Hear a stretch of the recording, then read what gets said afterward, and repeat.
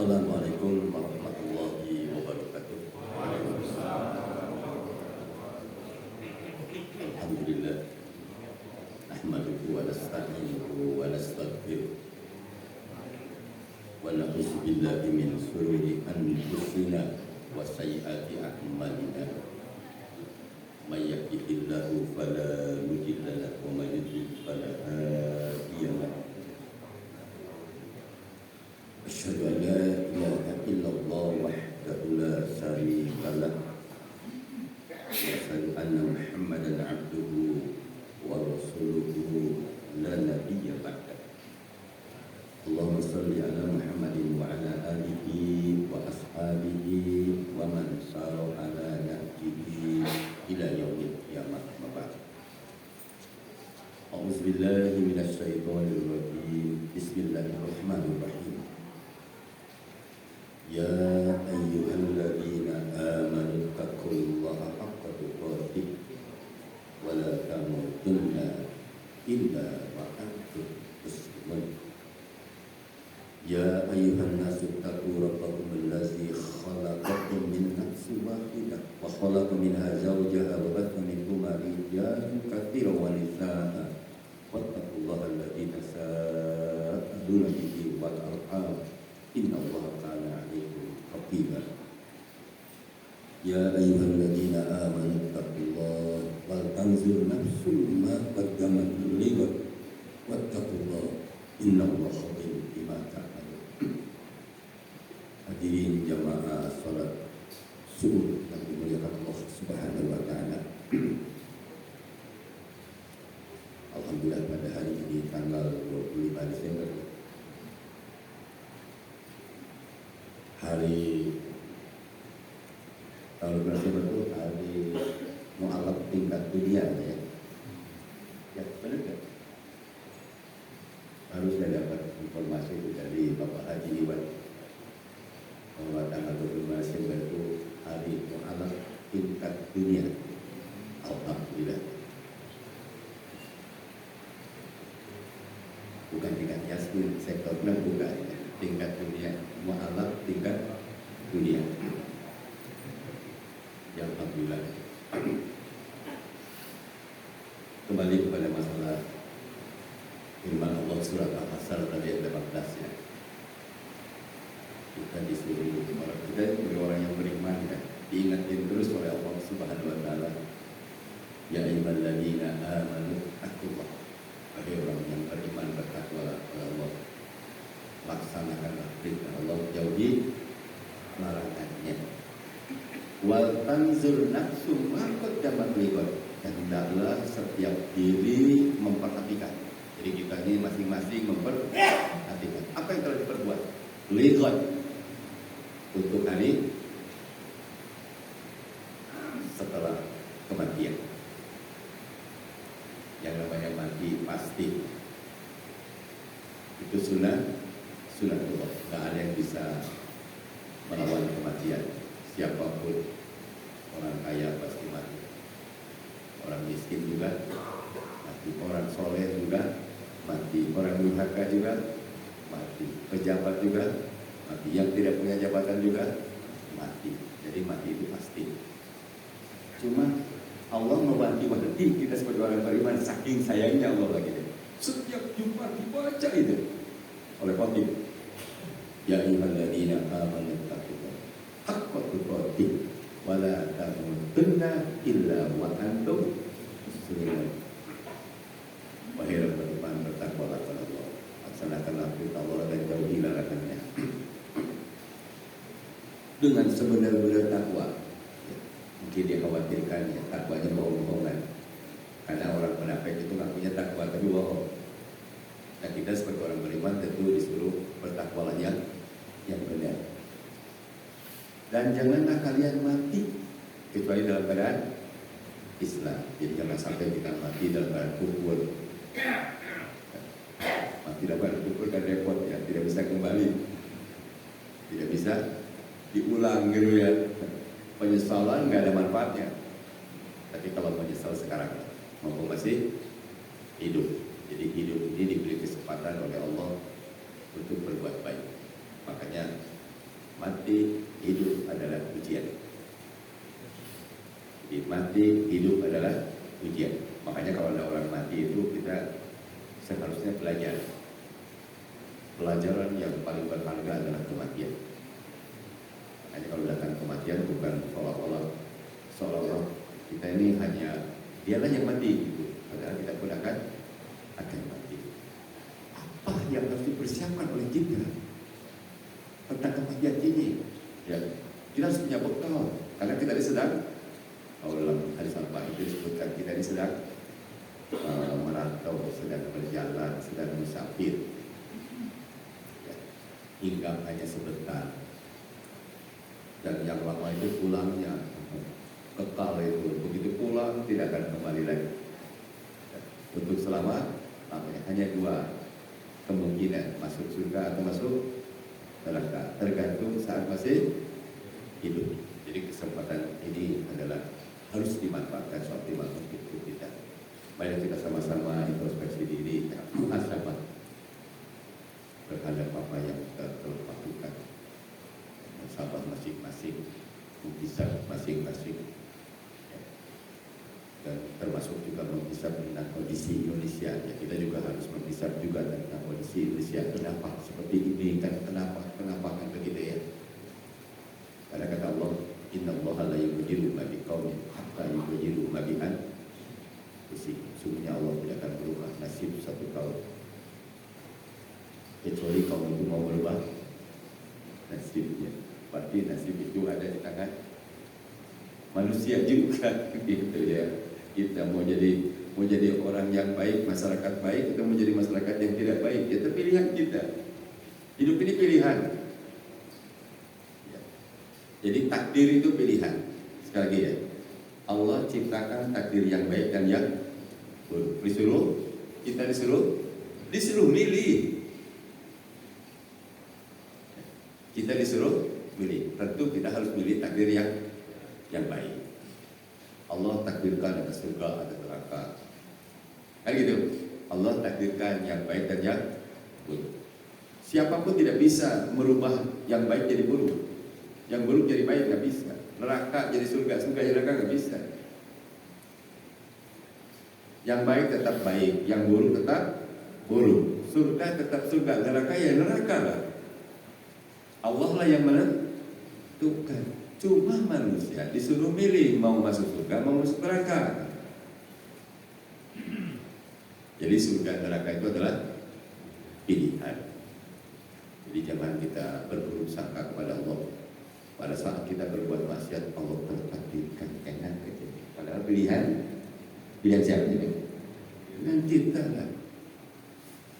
Jangan sampai kita sedang melakukan maksiat, ngomong gitu ya, ini takdir dari Allah. Itu namanya berburuk sangka kepada Allah. Jadi sekali lagi ya, baik buruk itu takdir. Makanya kenapa mahwal iman gitu kan, tentu binabillah wa malaikatihi wa kutubihi wa rusulihi wa bil yaumil akhir wa bil qadari wa tu'mina bil qadari khairihi wa syarrihi wa tu'mina bil qadari khairihi wa syarrihi, dan beriman kepada takdir yang baik maupun yang buruk. Jadi yang menciptakan baik adalah Allah. Janganlah kita mengatakan yang baik menurut Allah, kita bilang buruk. Wah, itu lancang itu namanya. Itu namanya lancang. Tahu lancang? Oh, kasopanan gitu. Ya, itu ayat kasopanan. Lain teh sebenarnya berdegong, sombong. Ya. Dan orang yang tidak mau tunduk dengan aturan Allah di antaranya iblis. Makanya kalau ada orang yang tidak mau tunduk kepada aturan Allah, itu adalah cucu cicitnya iblis. Sumana billahi, jangan. Kalau bicara masalah tahu enggak iblis tentang Tuhan Esa, yakin tahu enggak? Sangat tahu. Dia mengenal Allah dengan benar. Artinya Allah itu yang menciptakan, Allah yang memberi rezeki, Allah yang menghidupkan dan yang mematikan. Iblis tahu itu. Tapi saat diperintah oleh Allah, dia nolak perintahnya. Maka disebut berdigong atau dalam bahasa Arabnya takabur. Kan bahasa Arab itu takabur itu, tapi udah jadi bahasa Indonesia ya. Bahkan udah jadi bahasa Sunda. Ulah sok takabur mana? Ya kan? Ulah sok takabur mana? Ulah sok pedegong mana kan gitu kan? Nu pantas pedegong mah, nu pantas takabur itu hanya takabir. Ya. Jadi kita yang tidak pantas sebagai manusia tidak layak, dan iblis itu ingin meniru. Jadi takabur sombong ya. Makanya kata Allah, wa idh nabil malaikat isjudu li Adam wa sajadu illa iblis aba wastakbara wa kana minal, tidak wa kana minal muslimin ya, tapi wa kana minal kafirin. Kafir ya. Padahal kafir itu kan kita menerjemahkan kafir itu tidak percaya dengan Allah. Bukan. Itu udah pasti kalau itu mah ya.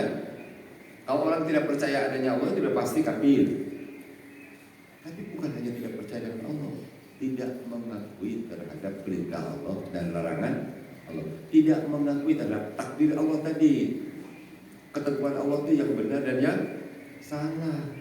Yang salah itu harus dijauhi, yang benar itu harus dipatuhi. Nah, iblis itu bertolak belakang. Pada saat diperintahkan, dia malah justru melawan. Ya. Jadi mudah-mudahan kita tidak termasuk yang melawan ada perintah Allah. Kalaupun kita tidak melaksanakan bukan karena melawan, karena kedul, paham nggak? Kalau karena kedul masih muslim.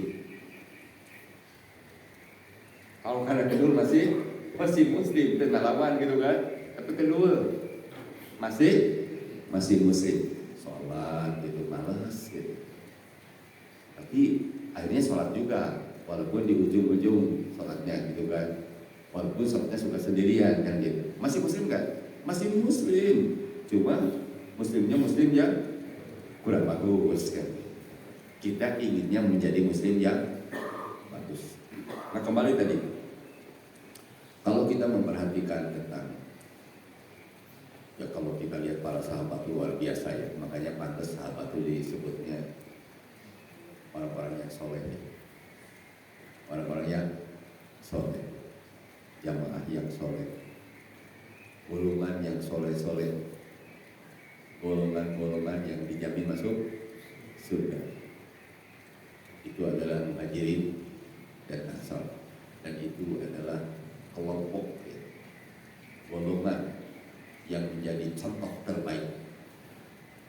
Sampai Allah mengatakan wasabiqunal awwalun minal muhajirin wal ansar walladzina tabauhum bi ihsan radhiyallahu anhum wa radu'an wa 'adda lahum jannatin tajri tahtaha al-anhar khalidina fiha pada dzalikal fawzul azim. Coba dilihat Quran surah 9 ya, ayat 100. Surah 9 ayat 100.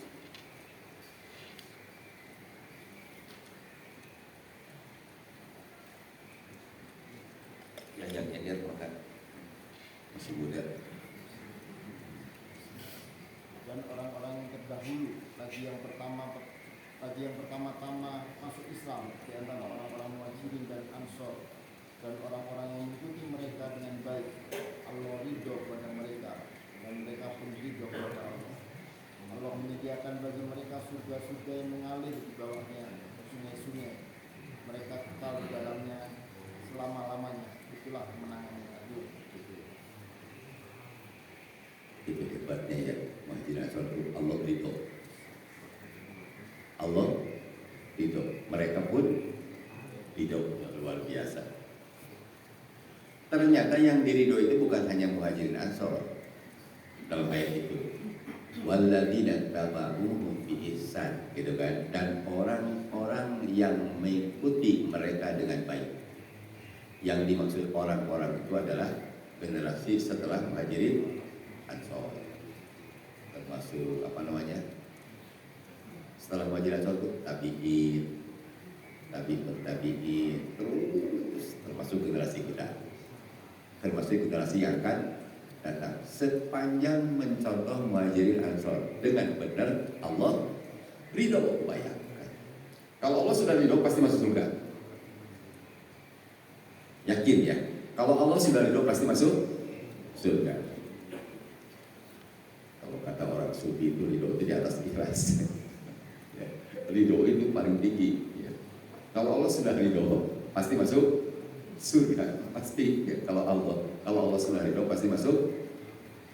Ridho itu maksud saya bukan di atas ikhlas, di atas sabar. Ya. Ridho itu di atas sabar. Kalau orang yang sabar saja pahalanya sampai tanpa batas ya. Ya kan tanpa batas kan pahalanya kan. Innama yuwaffas-sabiruna ajrahum bighairi hisab. Kembalian Quran surat Az-Zumar ayat 10. Ayat surat 39 ya, ayat 10, surat 39 ayat 10.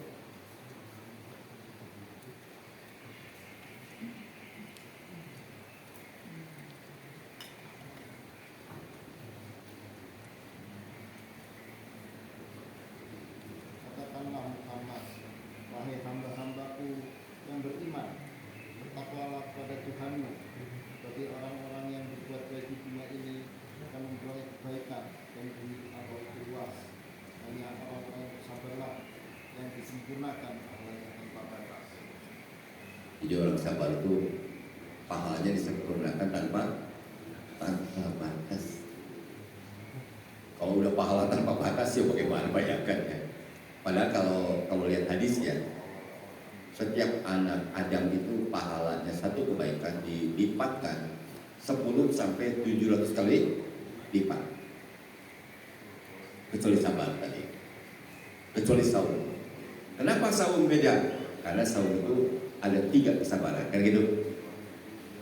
Sabar nahan lapar haus, sabar untuk taat kepada Allah, sabar untuk tidak maksiat.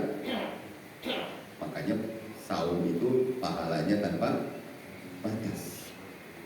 Ada 3 kesabaran ya. Jadi sabar itu harus. Makanya kalau orang sakit ya, bagi orang beriman sakit juga harus sabar. Itu pahalanya insya Allah jadi kifarat terhadap dosa. Jadi kalau kita dikasih sakit, dikasih musibah, manusia itu kan kalau tidak nikmat pasti musibah. Itu antara nikmat dan musibah. 2, sabar dan syukur dan sabar. Bagi orang, makanya kata Rasulullah dalam hadis itu, orang beriman itu ajib, kagum. Kenapa orang beriman itu kenapa? Kalau dia mendapatkan nikmat bersyukur, kalau dia dapat musibah sabar. Tidak ada istilah frustasi itu ya. Makanya kalau orang frustasi sampai bunuh diri dan sebagainya itu bukan orang beriman, bukan karakter orang yang beriman, bukan karakter orang muslim ya. Jadi kembali tadi kita kepada masalah introspeksi diri, dan kita ini harus merasa diawasi oleh Allah, muraqabatullah. Jadi dengan akhir tahun ini ya, kalau dibagi kita semua akhir tahun awal tahun ya sama aja. Artinya kita selalu harus introspeksi diri, apalagi ada akhir tahun. Kita harus bisa mengkalkulasi, kita harus merasa diawasi, muraqabatullah. Kita lihat Quran surat 50 ya, ayat 16. A'udzubillahi minasyaitonirrajim. Bismillahirrahmanirrahim. Walaqad khalaqnal insana wa na'lamu ma tuwaswisu bihi nafsuhu wa nahnu aqrabu ilaihi min hablil warid. Surat Qaf ayat 16. Dan sungguh kami telah menciptakan manusia dan mengetahui apa yang dibisikkan oleh hatinya, dan kami lebih dekat kepadanya daripada Ya.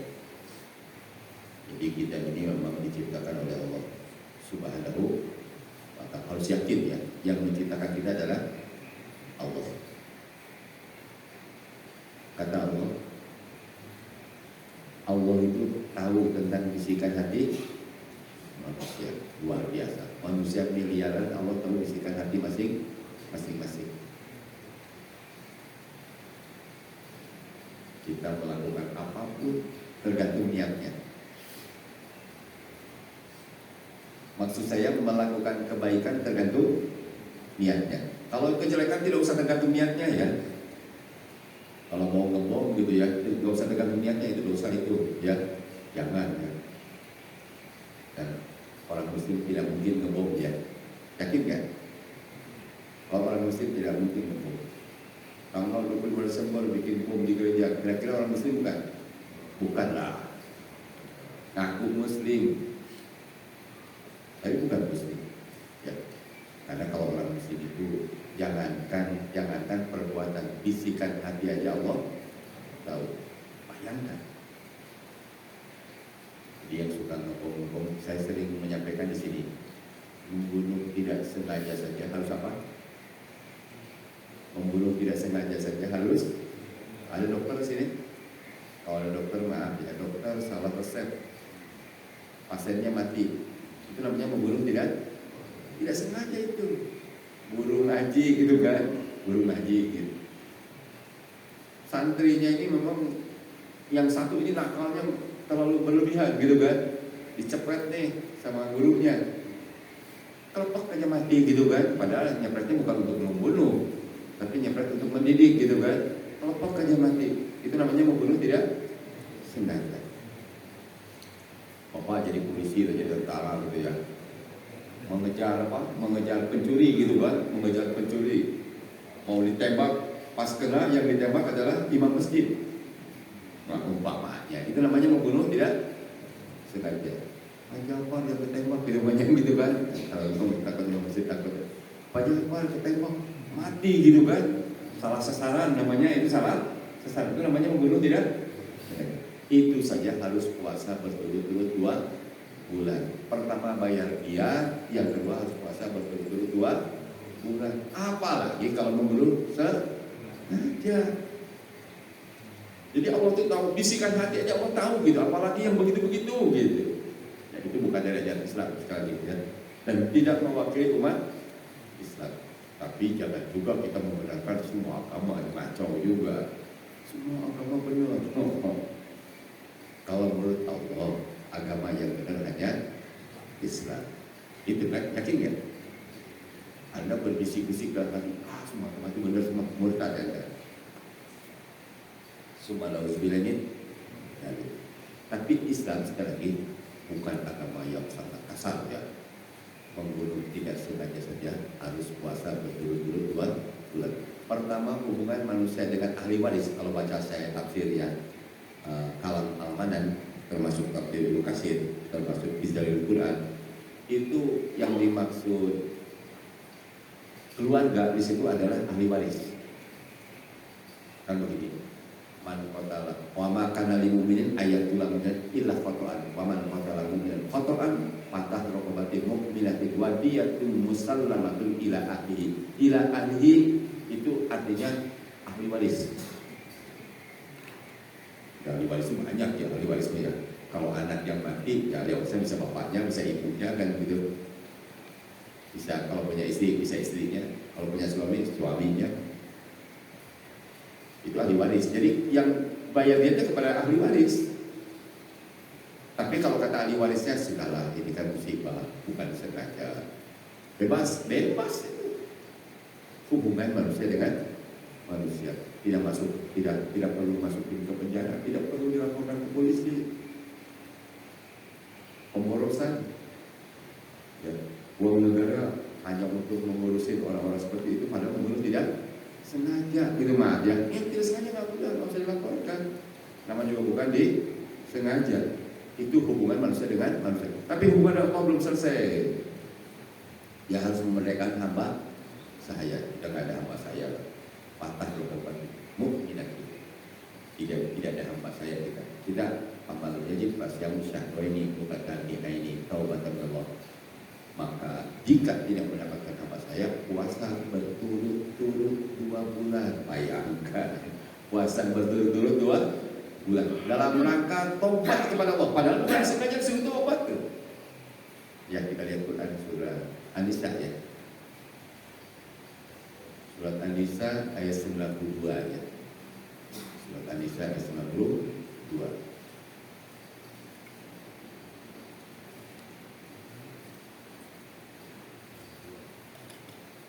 Yang enggak yang nyetir kasih mudah lah. Dan tidak patut bagi seorang yang beriman membunuh seseorang yang beriman yang lain kecuali karena bersalah atau tidak sengaja. Barang siapa membunuh seorang yang beriman karena tersalah, hendaklah dia memerdekakan seorang hamba saya yang beriman serta membayar tebusan yang diserahkan kepada keluarganya si terbunuh itu, kecuali jika mereka keluarga terbunuh membebaskan pembayaran. Jika dia si terbunuh dari kaum yang memusuhimu, padahal dia orang beriman, maka hendaklah dia si pembunuh memerdekakan hamba saya yang beriman. Dan jika dia si terbunuh dari kaum kafir yang ada perjanjian damai antara mereka dengan kamu, maka hendaklah dia si pembunuh membayar tebusan yang diserahkan kepada keluarganya si pembunuh, serta memerdekakan hamba saya yang beriman.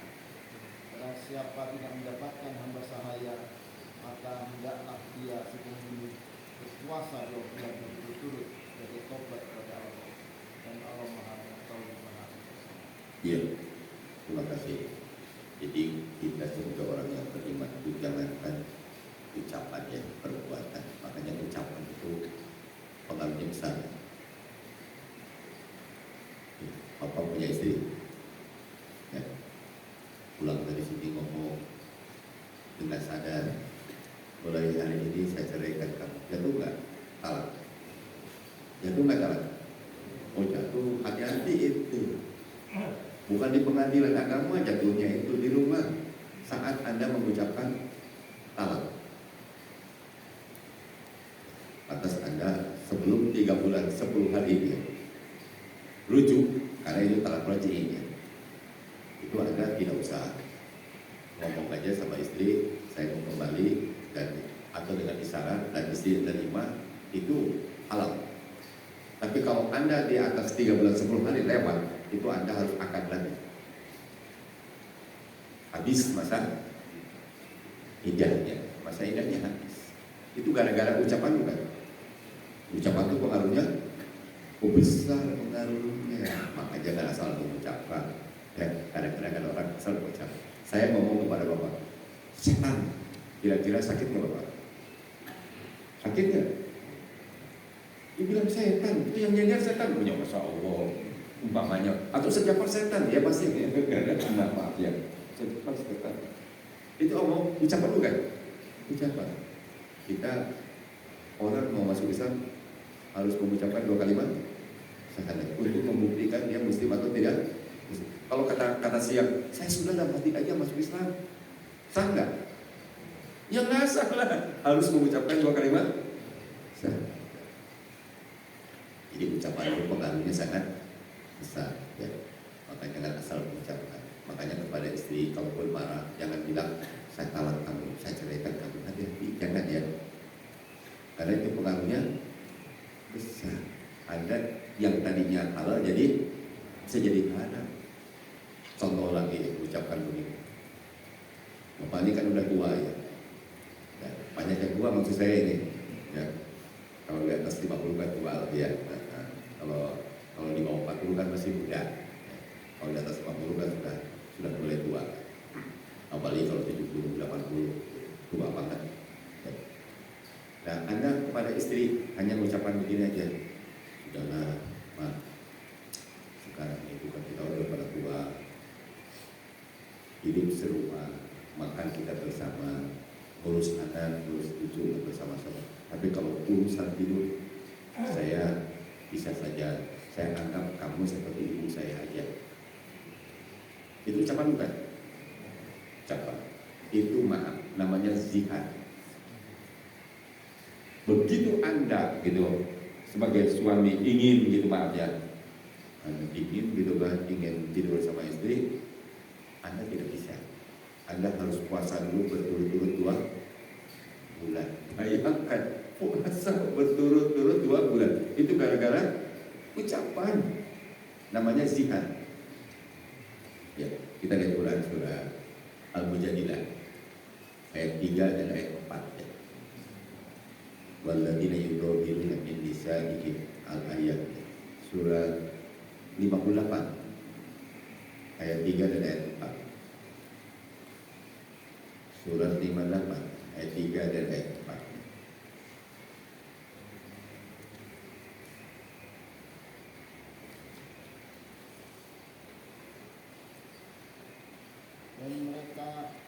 mereka yang menzihar istrinya kemudian menarik kembali apa yang telah mereka ucapkan, maka mereka diwajibkan memerdekakan seorang budak sebelum kedua suami istri itu bercampur. Demikianlah yang diajarkan padamu, dan Allah teliti terhadap apa yang kamu kerjakan. Maka barang siapa tidak dapat memerdekakan hamba sahaya, maka dia wajib berpuasa 2 bulan berturut-turut sebelum keduanya bercampur. Maka wajib memberi makan 60 orang miskin. Demikianlah agar kamu beriman kepada Allah dan Rasul-Nya. Itulah hukum-hukum Allah, dan bagi orang yang mengingkarinya akan mendapat azab yang sangat pedih. Iya, jadi kita nggak ada hamba saya puasa berturut-turut 2 bulan. Karena udah kakek-kakek gitu 80 tahun gitu, udah kakek-kakek lah ya. 70 aja udah kakek, apalagi 80 ya. Jadi baru-baru puasa 2 bulan gitu, baru seminggu aja udah oleh dia gitu kan. Maka dia harus memberi makan kepada fakir miskin 60 orang. Tapi tidak boleh ngambil yang terakhir. Tidak boleh mengambil makan dulu yang terakhir yang 60 orang itu. Tapi harus dicoba dulu puasanya kuat enggak. Jangan pura-pura gak kuat juga lagi. Dan itu harus berturut-turut. Nah, kalau kita baca tafsir baik kalam al-manan maupun tafsir Ibnu Katsir termasuk Fizul Quran, itu yang dimaksud berturut-turut itu kalau bagi perempuan kecuali men bebas dulu diterusin. Kalau laki-laki karena usul sakit atau sakit karena sakit itu bukan sengaja baru 1 bulan sakit ya. Nah itu diterusin nanti setelah sembuh. Tapi kalau nggak sakit gitu kan, nggak men, jadi kalau baru 1 bulan lebih gitu kan, 5 hari tetap aja dia harus diulang lagi. Karena harus berturut-turut. Jadi berturut-turut dalam tafsirnya kecuali karena perbuatan ya, atau sakit. Jadi kalau itu usul syar'i, jadi itu tetap dihitung ya. Nah, tapi kalau bukan karena men dan bukan karena sakit, kalau dia kurang dari 2 bulan berturut-turut, batal disengaja, itu harus diulang lagi. Bayangkan begitu hebatnya ya, gara-gara ucapan zihar kepada istri. Makanya di situ bukan min qabli ayat al-masa, sebelum mereka bergaul harus puasa dulu. Ya, makanya laki-laki itu harus hati-hati kalau ngomong, karena perempuan itu perasaan sensitif. Ya, kalau perempuan itu sensitif, kan? Perempuan itu sensitif ya. Jadi jangan ngomong begitu aja, tidak boleh dan bisa. Apalagi kata orang dalam Islam itu tidak menghargai perempuan. Yang bilang itu siapa? Islam itu sangat menghargai perempuan.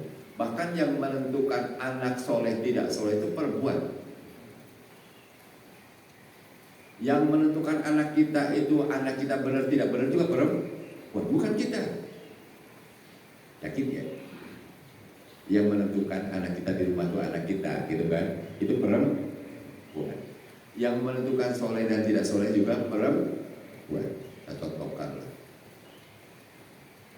Nabi Nuh alaihissalam. Kalau dulu kan syariatnya boleh nikah dengan kafir. Nabi Nuh nikah dengan kafir. Anaknya jadi kafir. Nabi Lut juga sama. Kita lihat Nabi Ibrahim nikah dengan asalnya Siti Sarah. Siti Sarah ini seorang bangsawan yang luar biasa cantiknya.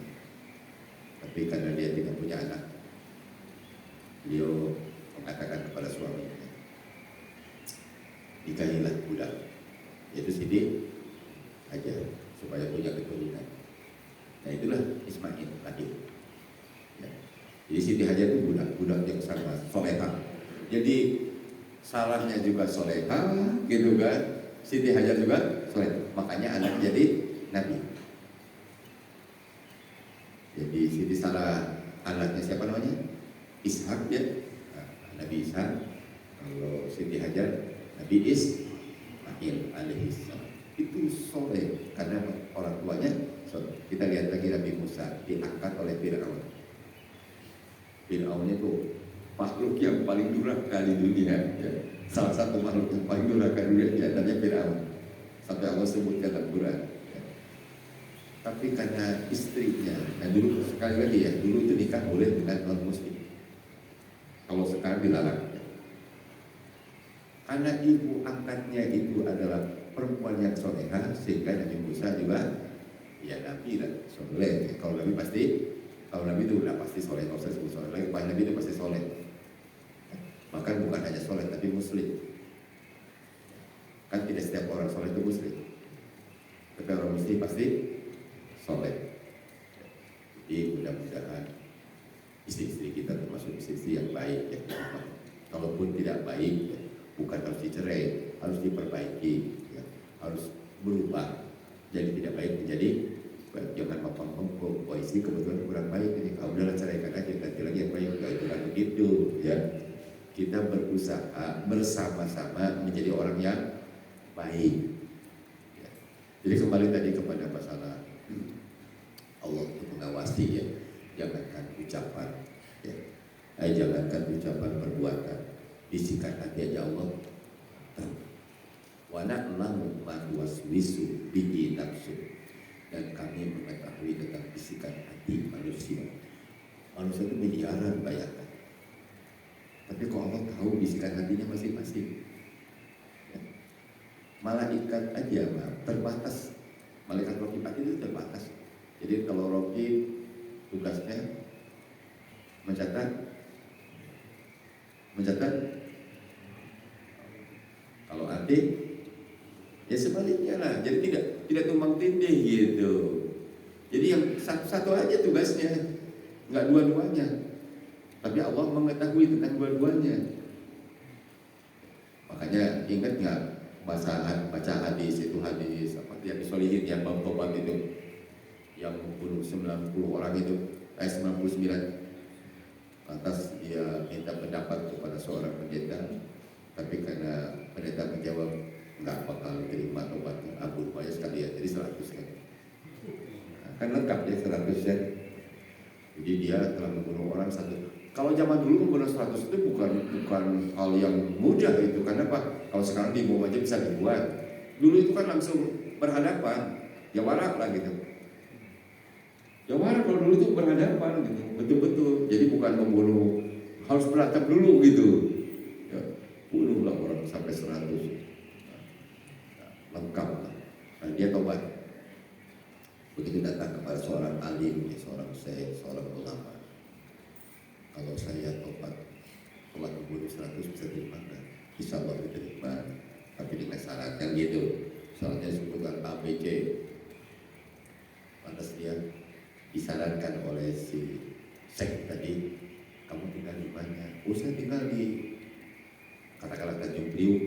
Oh, itu daerahnya memang daerahnya lingkungannya kurang bagus. Maaf ya, Tanjung Priuk sekarang udah hebat, bagus ya. Bahkan ada Masjid Islamic Center ya, dulu jelek, sekarang bagus. Nah, udah pindahnya ke Yasmin sektor 6 gitu kan. Di situ lingkungannya bagus, ada masjid bagus itu, apalah gitu kan. Nah, berangkat dia dari sana, pindah. Padahal dia masih mencintai tempat tinggal yang lama kan. Tapi karena ingin menjadi orang baik, pindah dia. Ditinggalkan keluarga ya. Yang tidak mau ikut, yang tidak tinggalkan aja. Di jalan mati, dihitung, ternyata jaraknya hampir sama gitu kan. Nah, ribut tuh malaikat Rocky kan, pencatat kebaikan dan keburukan. Kata ini baik, kata ini enggak, belum. Malaikat rahmat dulu. Makanya saya katakan tadi, kenapa tadi dua malaikat itu tidak tahu dua-duanya kan gitu. Tugasnya satu. Turunlah malaikat rahmat. Kata rahmat, dia lebih dekat kepada yang dituju. Akhirnya tobatnya diterima. Coba baca lagi dia di sotirnya ya. Tobat paling tidak. Jadi Allah itu maha pemaaf luar biasa ya. Jadi makanya kita kalau banyak dosa ya udahlah banyak istighfar. Mohon kepada Allah. Allah itu makanya saya sering mengatakan orang yang baik itu orang yang di ujungnya baik. Ya, orang yang di ujungnya baik. Dan orang yang jelek itu orang yang di ujungnya jelek. Cuma orang yang paling baik adalah sejak balik sampai ujung baik, itu jarang kan.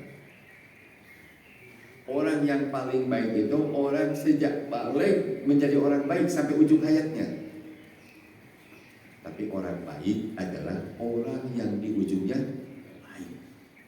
Jadi kalau umurnya umur berapa 70 tahun, nggak usah frustasi. Banyak dosa di masa lalu, ya nggak usah frustasi. Taubat aja pada Allah. Lembaran hitam itu akan dihapus kalau tobat. Kalau tobat ya, kalau tobat nasuha itu dosa itu akan dihapus, di tip X gitu, hilang gitu lembaran hitamnya, jadi putih. Makanya beruntung kalau orang maaf ya, ada orang 70 tahun tiba-tiba masuk Islam dengan kesadarannya. Pantas dia mengucapkan dua kalimat syahadat dengan keyakinannya. Baru 2 jam mati kelepek aja gitu, belum sholat ya, karena belum waktu duhur gitu kan. Jadi katakanlah jam 10 gitu baru masuk Islam gitu kan. Jam 11 mati baru 1 jam ya gitu. Baru 1 jam kan setelah ucapan sholat kan wajib sholat kan. Itu diterima tobat Allah. Innal Islam yahdimu man kana qablahu. Islam akan menghapus dosa sebelum masuk Islam. Itu beruntung. Itu namanya husnul. Yang repot gitu, bekas kiai, ustaz gitu kan, saya gitu kan, karena diiming-iming dengan harta, iming-iming dengan jabatan, murtad umpamanya gitu, baru 1 jam murtadnya gitu umpamanya ya, mati dia, masuk mana? Itu namanya suul khotimah. Summa na'udzubillah min, jangan, makanya jangan dikira kalau seorang kiai itu pasti dijamin surga. Enggak, yang dijamin surga itu orang bertakwa. Yang dijamin masuk surga orang yang mati dalam keadaan Islam, itu dijamin masuk surga. Walaupun harus masuk neraka, itu ya kalau kita gitu pantasnya masuk neraka dulu baru masuk surga. Tapi kita pengennya masuk surga tanpa, ya kita mintalah pada Allah masuk surga tanpa neraka, minta dengan rahmat Allah insya Allah. Dan orang beriman sekali lagi pasti masuk surga, pasti. Jangan dibilang tidak pasti. Ada orang bilang nggak pasti Ustaz orang beriman masuk surga. Kata siapa? Sama dalam begini, orang kafir itu pasti masuk neraka, udah pasti itu. Cuma yang dilarang itu begini, ada orang kafir, si A'la namanya gitu. Kamu pasti masuk neraka. Nggak boleh itu. Nggak boleh, paham nggak? Karena tidak mustahil dia suatu saat masuk Islam, kan begitu. Nah, ada orang soleh yang gitu maaf, kiai lah gitu kan, orang soleh, pasti dia masuk surga, belum tentu juga. Siapa tahu dia murtad nanti. Apa kira-kira? Tapi kalau orang beriman pasti masuk surga. Orang yang bertakwa pasti masuk surga. Karena surga itu untuk orang yang bertakwa, udah pasti. Dan neraka itu untuk orang kafir, orang munafik juga surga, hati-hati. Jangan jadi orang munafik ya. Jangan jadi orang munafik. Orang munafik itu pernah saya sampaikan tidak punya wali. Kalau orang beriman kan punya wali. Orang kafir juga punya wali. Orang munafik tidak punya wali. Karena apa? Orang munafik itu kalau ketemu orang beriman paling beriman. Kalau ketemu orang kafir paling kafir. Makanya tidak punya wali dia. Ya. Jadi orang munafik itu jangankan dengan teman aja kadang-kadang ribut. Kalau orang munafik itu dengan teman aja ribut. Ya. Karena yang dikejar adalah hanya dunia semata-mata. Dan dia kalau mati maaf tidak boleh sholatkan. Kalau mati tidak boleh sholat. Kalau orang kafir harus sholatkan enggak? Ya enggak lah kalau kafir makan gitu kan. Nah kenapa orang munafik? Kalau orang munafik secara lahirnya muslim. Ya, secara lahirnya muslim, tapi Allah menyebutkan jangan disolatkan, jangan doakan. Wala tusalli ala ahadin minhum mata abada wala taqum ala qabrihi innahum kafaru billahi wa rasulihi wa matu wa hum fasiqun. Coba lihat Quran surah At-Taubah ayat 84. Surah At-Taubah ayat 84. Surah 9 ya, surah 9 ayat 84.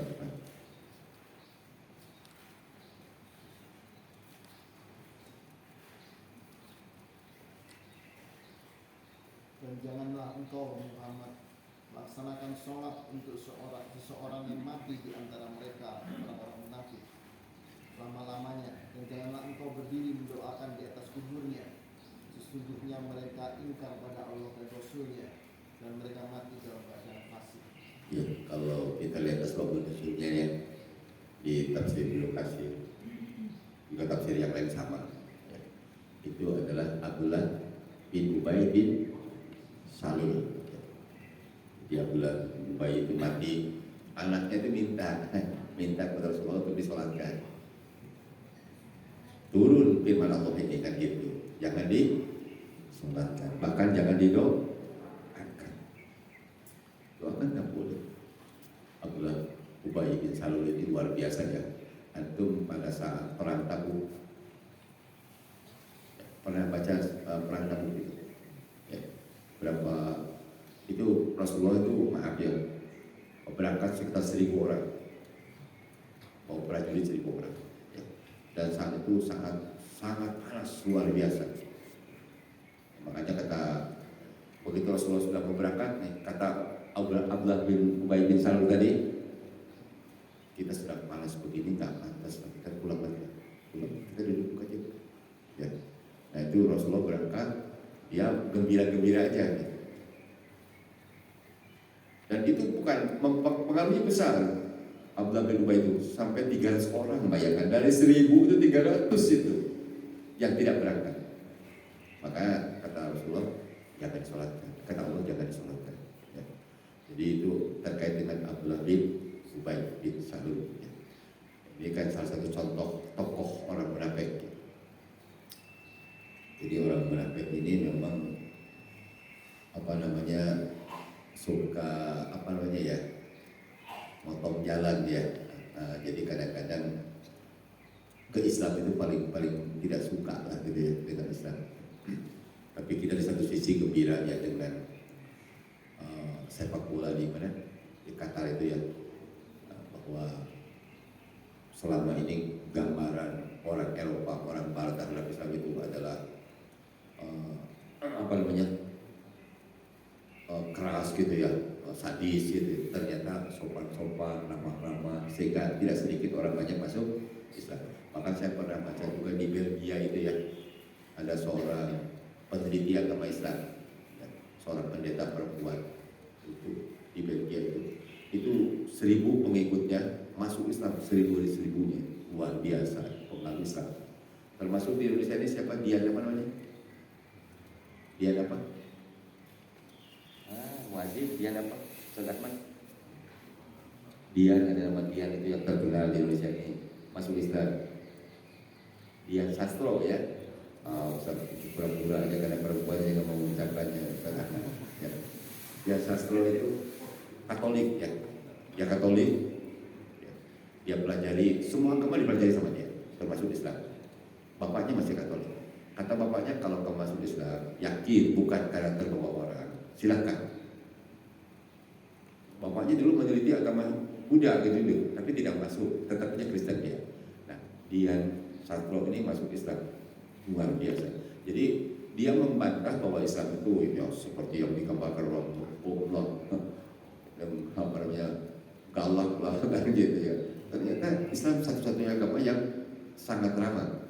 Bahkan kalau Bapak baca, mungkin kaget Bapak baca dalam surat Man Qautala nafsan bi ghairi nafsin aw fasadin bil ardi ka'annama qatalan nasa jami'a. Surat apa itu? Coba lihat surat Al-Maidah ayat 32. Al-Maidah 32. Paling atas sebelah kiri. Ayat 32. Surat Al-Maidah surat kelima. Atas.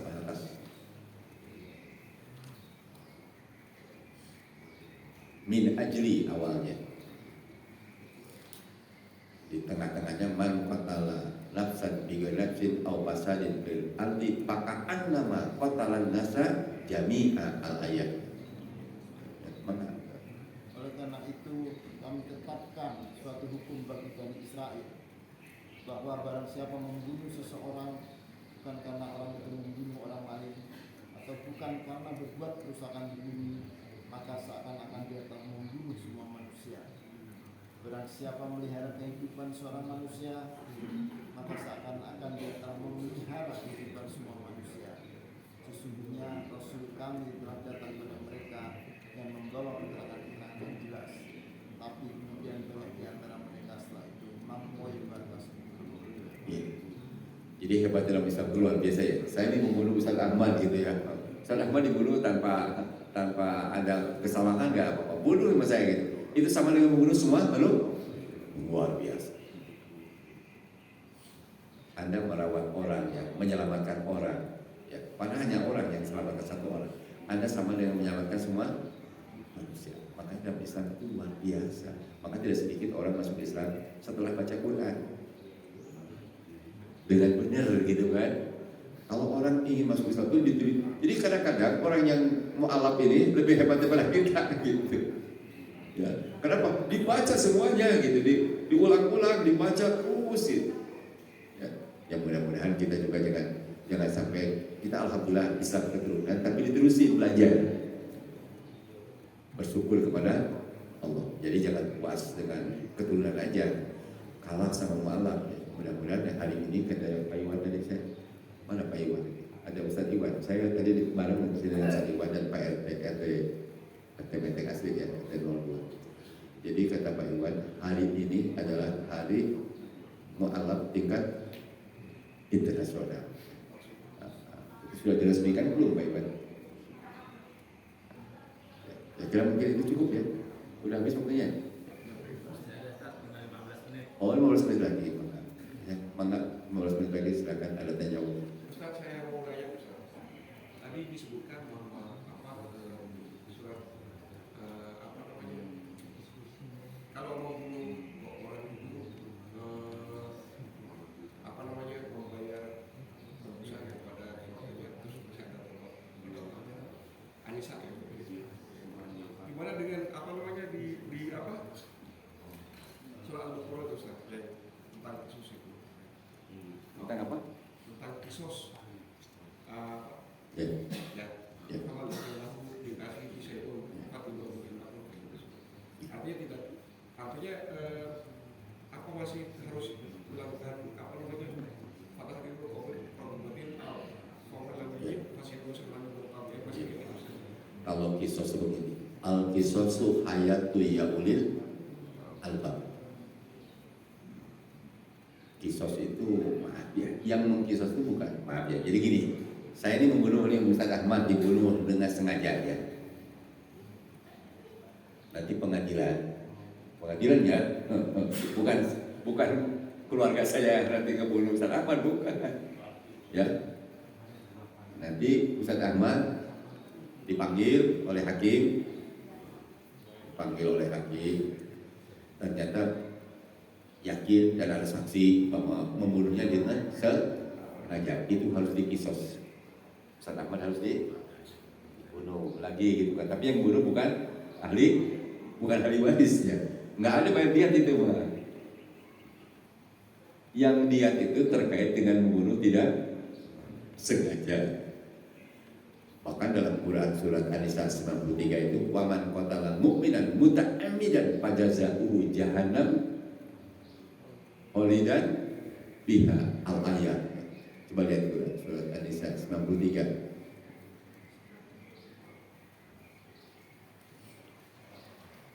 Surat 4 93.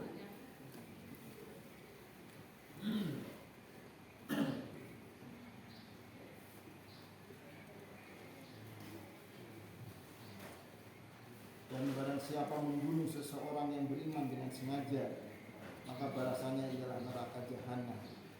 Dia kekal di dalamnya. Allah murka kepadanya dan melaknatnya serta menyediakan azab yang besar baginya. Ya.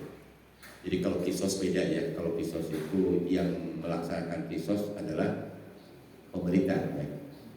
Cuma hebatnya dalam kisos tadi, kalau membunuh dengan sengaja tadi di kisos, kalau dia tobat nih sebelum mati gitu kan, dan dia mengakui salah, itu termasuk beruntung, dimaafkan, orang tidak masuk neraka, hanya siksanya di dunia. Yang repot di kisos tidak mengaku,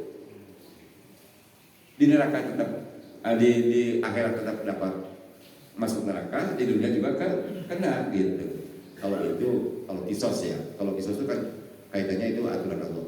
Makanya kan aturan Allah itu kalau kita lihat hadis riwayat Ibnu Hibban itu, latan kudona ural Islam kurwatan fakul lama intakulat kurwatun kasabasan nasu billati taliha fa'awaluhunna naqlul aququ wa akhiruhunna as-sholat. Ikatan Islam itu akan lepas satu demi satu. Ikatan tali Islam itu akan lepas satu demi satu. Tali itu fungsinya untuk mengikat supaya bersatu kuat, kan gitu. Ikatan yang pertama lepas adalah hukum. Ikatan yang pertama lepas adalah hukum. Yang terakhir sholat. Hukum sudah lepas belum? Sudah lepas belum? Makanya kata Athaillah ya, ini Athaillah ini luar biasa. Kata Athaillah ini seorang ulama. Ya, beliau mengatakan, salasun la tanfa musnatani dunas salisan. Salasun la tanfa musnatani dunas salisan. Pendek ya. Ada 3 perkara, ada 3 hal. Yang 2 ini tidak akan optimal manfaatnya tanpa yang ketiga. Saya ulang ya, ada 3 hal, ada 3 perkara.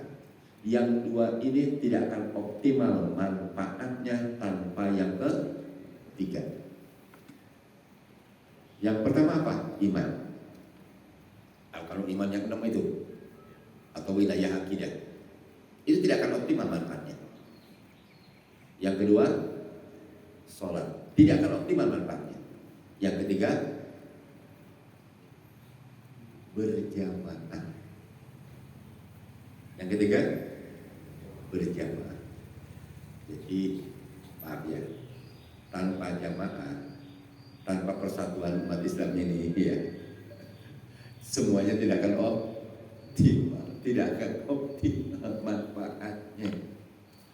Orang Muslim itu banyak yang soleh-soleh tapi masih bersifat individual aja gitu, tidak berjamaah, nggak akan optimal manfaat. Sholat sendirian sah nggak? Ya sah, tapi optimal nggak? Harus berjamaah. Jadi ternyata berjamaah itu suatu keharusan dan itu sunnah. Kadang-kadang kita ngomong sunnah itu, ini bukan sunnah menurut fikih, bukan ya. Sunnah.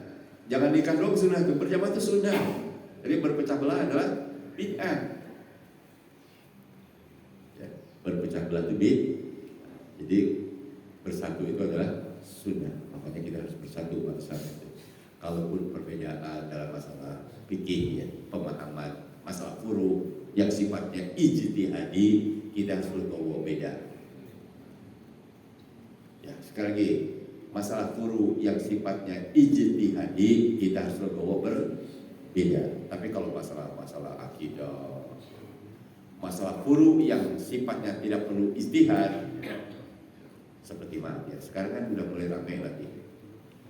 Di mana saya baca kemarin tuh ada perempuan jadi imam yang jamaahnya laki-laki dan perempuan. Di mana itu? Di Amerika ya. Saking ingin majunya gitu ya Islam gitu. Padahal itu bukan ingin maju Islam, itu merusak Islam. Itu masalah furu, masalah akidah, masalah furu. Imam itu laki-laki, jenis itu masalah furu. Tapi walaupun masalah furu tidak perlu ijtihad, karena sudah sepakat semua ulama, sepakat sahabat, sepakat kaum muslimin bahwa jika jamaahnya laki dan perempuan, imamnya harus laki. Itu sepakat, tidak boleh ijtihad. Sama dengan begini, wali nikah, jenis kelaminnya harus laki-laki. Walaupun yang laki-laki itu cuma tamatan SMP, sedangkan yang perempuan itu profesor hampir semua keluarganya. Yang agak bodoh dikit lah gitu, itu cuma tamatan SMP laki-laki. Tetapi kalau mau nikah dia, kalau bapaknya nggak ada, kakeknya nggak ada, ya kakaknya yang laki-laki yang tamat SMP itu harus jadi wali, kecuali idiot ya. Kalau idiot tidak bisa jadi wali. Sepanjang akalnya masih sehat, tetap dia jadi wali. Jenis kelaminnya harus laki. Kalau tidak ada, nyari laki-laki yang lain, keluarga yang agak jauh, atau jadi wali hakim. Wali hakim pun harus laki-laki. Nah yang begitu tidak perlu ya. Sholat maghrib ya. Ada ada di jamaah kosan dengan isanya 2 rakaat, tapi maghrib tetap 3. Itu yang begitu tidak perlu istihad lagi, tidak perlu. Nah sekarang kadang-kadang orang istihad yang begitu ya, merame. Ini kan pemahaman Ustaz berbeda pendapat. Wah itu bukan beda pendapat, itu merusak umat Islam. Bukan untuk itu harus bergabung mempersatukan. Itu kan pemahaman kacau gitu. Memang orang-orang liberal itu sengaja untuk merusak Islam, dan orang Yahudi itu pintar. Jadi kalau tidak usah disebut Islamnya nggak benar, tapi bagaimana cara merusak Islam dari dalam, itu yang bahaya. Dan yang paling berbahaya itu orang munafik. Makanya kalau kata Jenderal Sudirman dulu ya, Jenderal Sudirman almarhum Allah bayarkan, beliau mengatakan jika Anda punya peluru 10, 9 itu untuk pengkhianat, 1 untuk lawan. Saking bahayanya pengkhianat itu bahaya. Dan kalau dalam bahasa agama itu orang munafik itu sangat berbahaya. Jadi kalau ini kata Jenderal Sudirman ya, kalau punya peluru 10, 9 itu untuk orang pengkhianat, yang 1 untuk lawan. Padahal kan logikanya kan 9 untuk lawan gitu kan. Saking berbahayanya orang pengkhianat. Karena itu kalau bahasa lain itu musuh dalam selimut. Jadi termasuk tadi jadi imam perempuan seolah udah gak pakai jilbab gitu kan, jadi imam luar biasa. Dari masalah orang aja itu tidak ada istilah orang. Yang istilah itu masalah cadar dengan jilbab, itu istilah. Silakan mau pakai cadar silakan, mau pakai jilbab juga benar. Yang tidak benar pakai jilbab enggak, pakai cadar enggak, nyaci aja bisanya. Nah itu yang tidak benar. Jadi kembali tadi pertanyaannya kisos ya. Kalau kisos itu memang ada ya. Cuma kalau orang yang membunuh dengan sengaja tadi kisos itu dilakukan, itu disuruh tobat dulu. Kalau dia tobat baru untung dia. Hanya kena hukuman dunia saja, akhirat enggak. Tapi yang repot itu pasti kisos gitu. Dia tidak mau bertobat gitu kan. Nah itu rugi 2 kali. Ya masuk neraka dulu. Jadi hati-hatilah, maka jangan kita ribut-ribut dengan tetangga, jangan sampai kita keburu ya. Jadi seandainya dibebaskan kalau orang yang puasa 2 bulan? Enggak ada puasa kalau kisos. Dan kisos harus pemerintah yang melaksanakan. Ya, bukan ahli warisnya, Jadi dibebaskan tidak jadi dihukum karena mendapat maaf dari ahli kita. Membayar tebusan kan? Kalau manusia lalu tidak ahli saya pun. Oh iya, tapi itu jadi terkesan ahli waris kalau masalah diatnya ya, bukan kisosnya ya. Kisos tetap dilaksanakan, diatnya. Nah, jadi kalau kisos itu memang luar biasa ya. Jadi kalau memang ahli warisnya memaafkan ya bisa. Jadi memang itu kisos itu kaitannya dengan masalah di situ kan merdeka dengan merdeka ya, budak dengan budak kan gitu kan. Nah, perempuan dengan perempuan, gigi dengan gigi gitu kan. Kalau mulutnya dipukul ke mulutnya lagi kan gitu ya. Itu kisos namanya. Kisos itu adalah justru hayatu yaumul amam. Jadi termasuk pelajaran bagi orang yang punya akal sehat ya. Maka dalam Islam itu kisos itu ada, ya, kisos itu ada. Cuma yang melaksanakan adalah pemerintah siapa kan gitu kan. Ya, pemerintah yang mana dulu? Jadi makanya kan saya bilang ikatan Islam sudah lepas satu demi satu. Yang lepas pertama adalah hukum sudah. Yang ada itu hukum waris kita itu kan di pengadilan agama itu pun sudah rancu ya. Nikah gitu masih ada gitu kan. Kalau hukum pidana itu udah nggak ada. Ya. Di Indonesia ini hukum pidana nggak ada. Hukum positif namanya buatan Belanda. Sekarang ada undang-undang baru gitu kan. Rencana undang-undang hukum pidana yang baru. Ya. Nah, kalau dalam Islam itu sebutnya biayanya kecil. Ya, murah tapi berkualitas, yaitu Quran dan hadis. Nggak usah Anda membuat luar biasa Islam itu ya. Allah sudah menciptakan aturan itu. Kok kenapa orang nggak mau gitu kan? murah, tidak usah repot-repot gitu ya, mengeluarkan anggaran yang banyak. Aturan ini sudah dibakukan dan aturan ini sangat luar biasa. Insya Allah ya, bagi kita sebagai orang beriman, yakinlah aturan Allahnya aturan yang paling benar. Nggak ada aturan Allah yang tidak benar ya. Jadi cuma kita sekali lagi tidak bisa melaksanakan sendiri harus itu yang pentingnya berjamaah. Makanya kata Umar bin Khattab, la islama illa bi jama'atin wala jama'ata illa bi imaratin wala imarata illa bi ta'atin. Tidak ada Islam kata Umar bin Khattab, atau diterjemahkannya tidak akan sempurna Islam tanpa jamaah. Dan tidak ada jamaah tanpa adanya pemimpin dan yang dipimpin. Dan tidak ada yang pimpin dan dipimpin kecuali ada ketaatan. Ya. Jadi itu sudah tidak ada ya. Jadi memang tidak akan sempurna Islam tanpa itu, tanpa jamaah. Dan jamaatul muslimin tidak ada ya. Yang sekarang ada itu jamaah minal muslimin, jamaah minal muslim. Makanya kita dengan sama muslim saudara Allah, sepanjang ya arkanul imannya sama, ya, arkanul Islamnya sama, itu saudara. Jangan kita saling benci ya. Ya, kalaupun ada perbedaan. Tapi kalau yang tadi itu imamnya perempuan ya gitu ya, laki jadi makmumnya, itu bukan saudara kita, bukan itu ya. Kita boleh mengkafirkan mereka, boleh nggak? Boleh nggak? Yang tadi itu yang imamnya perempuan, makmumnya, itu kan membuat hukum Allah, membuat tandingan, berarti kafir kan? Ya kafir itu bukan muslim, bukan saudara. Jadi innamal mu'minuna ikhwah. Kenapa? Innamal mu'minuna ikhwah. Sebenarnya orang beriman itu saudara. Kenapa iman dulu, baru saudara? Jadi saudara itu kalau arkanul imannya sama, arkanul Islamnya sama.